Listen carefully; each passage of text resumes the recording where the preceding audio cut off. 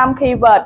The word is internet. That meaning a global computer network providing a variety of information and communication.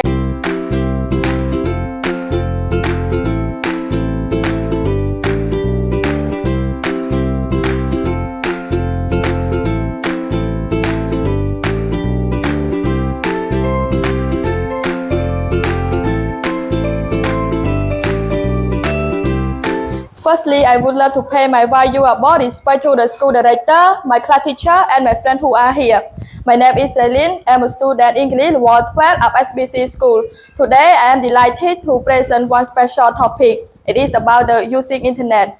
Before going into detail of the topic, I would love to explain some keyword. The word is internet. That meaning a global computer network providing a variety of information and communication facility consisting of interconnected network using a standardized communication protocol. Nowadays, most people use the internet. Some use it for studying, working, and some use it for entertaining. There are both advantages and disadvantages. On one hand, the internet makes things easier. There is so much information on the internet that people can also use emails to the internet and don't have mail a little. With email, they can connect with we can expect with another person to get their messenger right away. Furthermore, the internet is very important to communication. We can connect with your friend, family, and another people around the world. For example, at the present, people use Telegram to share or send information related to study, business, and both national and international news. On one hand, the internet makes people waste time.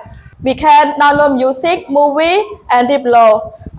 Many people spend so much time on the internet, and they don't have time to do their work or sleep.